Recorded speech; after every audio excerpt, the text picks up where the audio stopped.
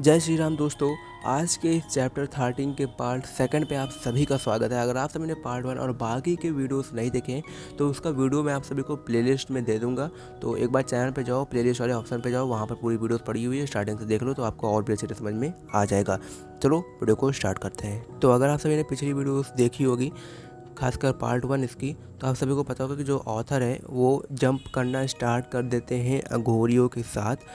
तो उसके बाद ऑथर बताते हैं कि क्या उसके बाद जो अगली चीज़ मुझे याद रहती है वो ये कि मैं जब मेरी आंखें खुलती है तो मैं देखता हूँ कि मैं एक वाटर पे फ्लोट कर रहा हूँ, यानी कि एक लेक टाइप का है जो काफ़ी गहरा है, जिसमें मैं फ्लोट कर रहा हूँ बिना डरे खासकर, और बिना ये फील हुए कि मैं तैर रहा हूँ। इस तरह का कुछ एक्सपीरियंस था मेरा, ठीक है।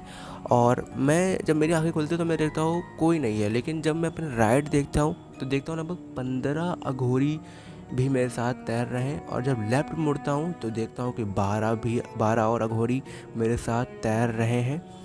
और एक काफ़ी ज़्यादा मुझे चिंता लगता है कि ना तो वहाँ पर टडम्बा जी दिख रहे हैं और ना ही वहाँ पर पातालनाथ जी दिख रहे हैं, और पूरे इस ट्रिप में मैं सिर्फ इन्हीं दो जन को जानता हूँ, और इनके अलावा मैं किसी से ना जानता हूँ ना किसी से अभी तक मेरी बात ही हुई है।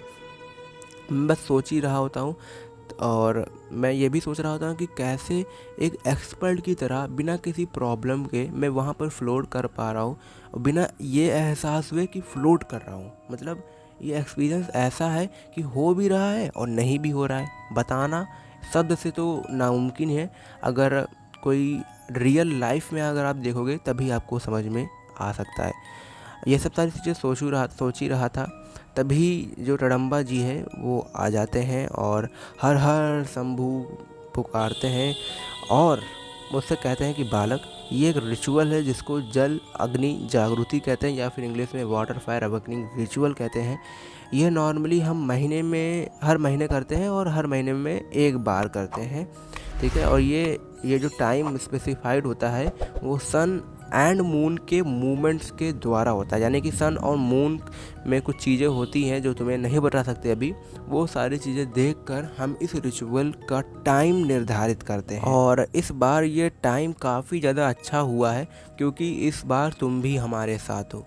इनफैक्ट जो मैं स्टार्टिंग में सोच रहा था कि शायद तुम्हें इस आरती में कोई इंटरेस्ट ना हो और ना ही तुम इसमें आना चाहो, लेकिन जब मैंने सुबह के मॉर्निंग आरती में देखा कि तुम इंटरेस्टेड हो और तुमने हमें उस जंपिंग वाले रिचुअल में भी हमें ज्वाइन किया और हमारे साथ खड़े रहे, तो मैंने सोचा कि तुम्हें भी और आगे का जो रिचुअल है उसको उसमें शामिल करना चाहिए।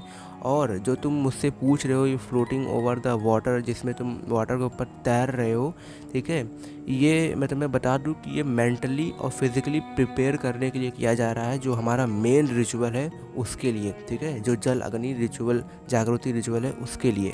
हमें इस फ्लोटिंग वाटर पे रहना है जिससे कि कुछ चीज़ें हो सकें, कुछ नई चीज़ें हो सके। नई चीज़ें का मतलब कि कुछ बॉडी में एक्टिवेशन प्रोसेस होता है जो इस लेक के थ्रू हो सके, इसलिए हम इस पे हैं, ठीक है।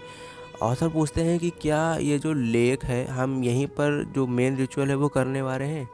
तो रडम्बा जी कहते हैं नहीं, जहाँ पर तुम नहाने जाते हो, जहाँ पर तुम्हें पातालनाथ जी ने बताया था कि वहाँ पर बाइटिंग बटरफ्लाइज होती हैं, हाई माउंटेन्स पे सुबह के टाइम चले जाती हैं और रात के टाइम आ जाती हैं, तो हमें वहीं पर जाना है। और थोड़ा सा शाम का टाइम होगा, डार्कनेस का टाइम होगा, तो उम्मीद करते हैं कि बेटिंग बटरफ्लाइज तब तक ना आए, बाकी जो होगा महादेव जानेंगे।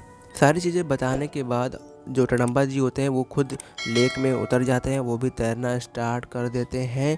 और ये सुनने के बाद कि नया रिचुअल, मेन रिचुअल जो है वो अब होने वाला है, उसमें मैं भी पार्ट कर रहूँगा, मैं भी उसमें रहूँगा, ये सुन के काफ़ी ज़्यादा एक्साइटमेंट मेरे अंदर जाग जाती है। और फिर यहीं पर जो ये चैप्टर है वो ख़त्म हो जाता है। चैप्टर 14 के लिए अगर आप लोग इच्छुक हैं तो वीडियो को लाइक करके चैनल को